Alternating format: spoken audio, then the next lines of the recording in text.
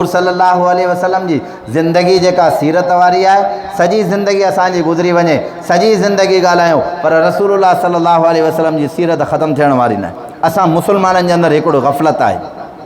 ॾिसो, हर मुस्लमान जी, हर इंसान जी हिकिड़ी फितरी सोच हूंदी आहे। उहा इहा हूंदी आहे, मिसाल, मां जंहिं क़बीले सां ताल्लुक़ु रखां थो या मां जंहिं सूबे सां ताल्लुक़ु रखां थो, पोइ मुंहिंजे ज़हन जे अंदरि फितरतन हिकिड़ी सोच ईंदी। उहा सोच इहा हूंदी त बाबा मां जंहिं क़बीले सां ताल्लुक़ु रखां थो, जंहिं क़बीले सां मुंहिंजो ताल्लुक़ु आहे, मुंहिंजो क़बीलो शुरू खां वठी कीअं हुयो, उन में छा छा हुई, केतिरा जवां मर्द हुया या कीअं हुयो, उहे वीचारा कीअं आया, काथां खां शुरू थियो, या जंहिं इलाइक़े सां ताल्लुक़ु रखां थो उन सूबे जे अंदरि अॻ में मुआमलात ऐं मसाइल कीअं हुया। असांखे अफ़सोस आहे जो असां एॾे वॾे नबी जा उम्मती आहियूं, पर असांखे रसूलुल्लाह सल्लल्लाहु अलैहि वसल्लम जी ज़िंदगी जे बारे में का बि ख़बर कंहिं बि क़िस्म जी न आहे। तव्हां यकीन ॼाणियो, हाणे कंहिं माण्हू खां पुछा कयूं, बाबा हुज़ूर सल्लल्लाहु अलैहि वसल्लम जी टोटल उमिरि केतिरी हुई, का ख़बर न आहे।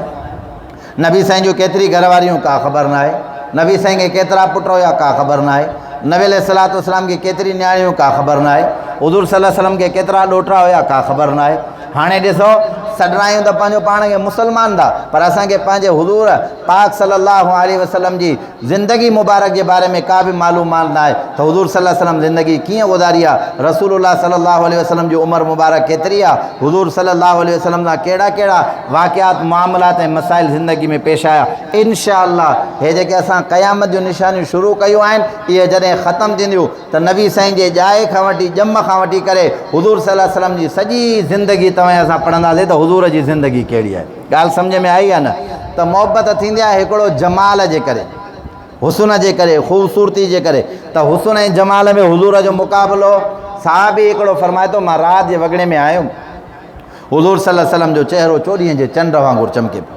हेॾां पैगम्बर सल्लल्लाहु अलैहि वसल्लम मदीने जो मीर हज़रत मोहम्मद मुस्तफ़ा सल्लल्लाहु अलैहि वसल्लम, उन जो चहिरो मुबारक आहे, होॾां चोॾींहं जो चंड पंहिंजी रोशनी ॾेई रहियो आहे। इहो उरूज हूंदो आहे, चोॾींहं जे चंड खे 14 तारीख़ ते तव्हां ॾिसंदो, इन जे रोशनी जो उरूज हूंदो आहे। साहबी चए थो त मां 14 जे चंड खे बि ॾिसां पियो, हेॾां हुज़ूर सल्लल्लाहु अलैहि वसल्लम वेठा, उन जे चहिरे खे बि ॾिसां पियो, वरी मां 14 जे चंड खे बि तकियां पियो, वरी हुज़ूर सल्लल्लाहु अलैहि वसल्लम खे बि ॾिसां पियो। पोइ बिल आख़िर मां इन शइ जी तरफ़ तवजो कयो त हाणे 14 जे चंड जो हुस्न घणो आहे या मोहम्मद मुस्तफ़ा जो, त मुंहिंजे ज़मीर फ़ैसिलो कयो 14 जे चंड जे अंदरि निशान आहिनि मोहम्मद मुस्तफ़ा जे चहिरो निशाननि खां पाक आहे।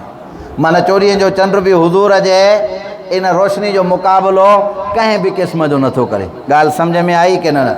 हिकु आहे जमाल जे करे, ॿियो आहे कमाल। हिकिड़ा माण्हू जेके दुनिया जे अंदरि हूंदा आहिनि, उहे एतिरा वीचारा ख़ूबसूरत न हूंदा आहिनि न, उन्हनि में को न को कमाल हूंदो आहे, उन जे करे माण्हू उन्हनि सां मोहबत कंदा आहिनि। मिसाल, जंहिं असां दुनिया जे अंदरि रहूं था उनखे ई वठूं, हिकिड़ो माण्हू आहे वीचारो एॾो हसीन ख़ूबसूरत न आहे, पर हिकिड़ो सुठो आलिम आहे, बुज़ुर्ग आहे, साहिब इल्म आहे, चहिरो त हुनजो एतिरो ख़ूबसूरत न आहे, पोइ तव्हां उन सां मोहबत कंदो। छाजे करे? उन इल्म वारी वसफ़ जे करे। ठीकु आहे, बाबा साहिब इल्म आहे, उनजे चहिरे खे छा कंदासीं, इल्म वारो त माण्हू आहे न। हिकिड़ो माण्हू आहे, उहो एतिरो ख़ूबसूरत न आहे, पर बहितरीन कारीगर आहे, पंहिंजे फ़न जो बहितरीन माहिर आहे। तव्हां उन फ़न जी महारत यानी कारीगरी जे अंदरि महारत जे करे तव्हां उन सां मोहबत कंदा। ख़ूबसूरत न आहे, इहो उन में कमाल वारी शख़्सियत आहे। ॻाल्हि सम्झ में आई आहे न?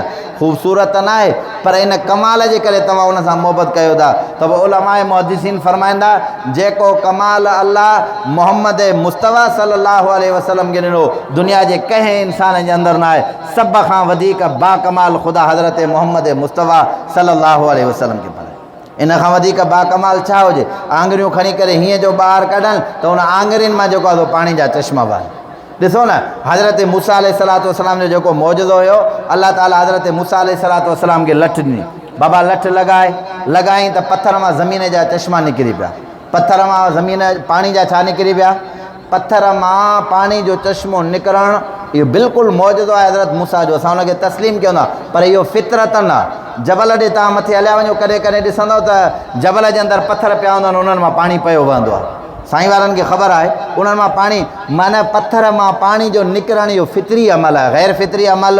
ठीकु आहे, अल्लाह ताला हज़रत मूसा खे मौजज़ो ॾिनो, इहो मञियोसीं, पर आङुरियुनि मां पाणी जो निकिरणु इहो गैर फितरी अमल आहे। मौजज़ो मूसा जो बि हो, पर मौजज़ो मोहम्मद मुस्तफ़ा जो बि आहे। हुज़ूर जे मौजज़े सां दुनिया जो को बि मौजज़ो मुक़ाबिलो कंहिं बि क़िस्म जो नथो करे सघे। ॻाल्हि सम्झ में आई न त हुज़ूर जमील भी आहे। हुज़ूर सल्लल्लाहु अलैहि वसल्लम जे अंदरि कमाल वारी सिफ़त आहे। नवाल चइबो आहे सख़ी माण्हू खे, सखावत वारे माण्हू खे। माना हाणे हिकिड़ो माण्हू वीचारो एॾो ख़ूबसूरत त न आहे पर उन में सखावत आहे। उन सखावत जे करे तव्हां उन सां मोहबत कयो था। छाजे करे? सखावत जो मादो इन जे करे हूंदो आहे जो उन में ग़रीब गुरबो जेको हूंदो आहे उन जी तसली ऐं उन जो ख़्यालु कयो वेंदो आहे। इन रहमदिली जे करे अॻिले माण्हू सां मोहबत थींदी आहे। यार माशा अल्लाह भली ख़ूबसूरत न आहे पर सख़ी माण्हू आहे। अम्मा आयशा फरमाए थी तूफ़ाननि जे अंदरि तेज़ी घटि हूंदी हुई, हज़रत मोहम्मद मुस्तफ़ा जे हथ जे अंदरि जेका अल्लाह ताला सखा वारो मादो रखियो हो दुनिया जे अंदरि कंहिं में बि इहो न हुयो। हिकु दफ़ा रिवायत जे अंदरि अचे थो रसूलुल्लाह सल्लल्लाहु अलैहि वसल्लम इकामत लॻी वई निमाज़ पढ़ाइण जे लाइ। इकामत पोइ हिते जेको माण्हू इकामत चवंदो आहे इहा इकामत लॻी वई आहे। रसूलुल्लाह सल्लल्लाहु अलैहि वसल्लम निमाज़ पढ़ाइनि था। इकामत लॻी वञण खां बाद में हुज़ूर सल्लल्लाहु अलैहि वसल्लम पंहिंजे घर विया। साहब इकराम परेशान थी विया, सफ़ूं बीठियूं आहिनि, ख़बर न आहे हुज़ूर सल्लल्लाहु अलैहि वसल्लम घर छो विया। शरीयत जो मालिक आहे, हर शइ उनजी आहे। अल्लाह ताला उनखे मक़ाम महमूद अता फ़रमाए। साहब इकराम मुअद्दब सां कंध झुकाए करे बीठा आहिनि। हुज़ूर सल्लल्लाहु अलैहि वसल्लम वापसि आया। निमाज़ पढ़ी करे कंहिं साहबी पुछा कयो या रसूल अल्लाह, सभु चयो सल्लल्लाहु अलैहि वसल्लम, अल्लाह जा रसूल तव्हां इकामत लॻी वई, इकामत खां बाद में तव्हां हलिया वियो पंहिंजे घर जे अंदरि ऐं वरी बाद में मोटी अची करे निमाज़ पढ़ायो।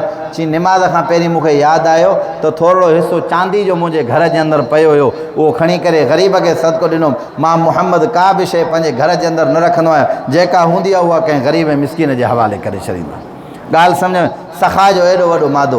हाणे वरी ॿी ॻाल्हि सम्झो, तव्हांखे दुनिया जे अंदरि हर माण्हू मिलंदो, उन में का न का हिकिड़ी वसफ़ भली मिलंदी, सभु वसफ़ूं न मिलंदियूं उन जे अंदरि। मिसाल हिकिड़ो माण्हू बाकमाल आहे, ख़ूबसूरत आहे त वरी बाकमाल न हूंदो, बाकमाल आहे त ख़ूबसूरत न हूंदो, वरी जेकॾहिं सख़ी आहे त तॾहिं बि ख़ूबसूरत। माना हिकिड़ी का न का वसफ़ हूंदी।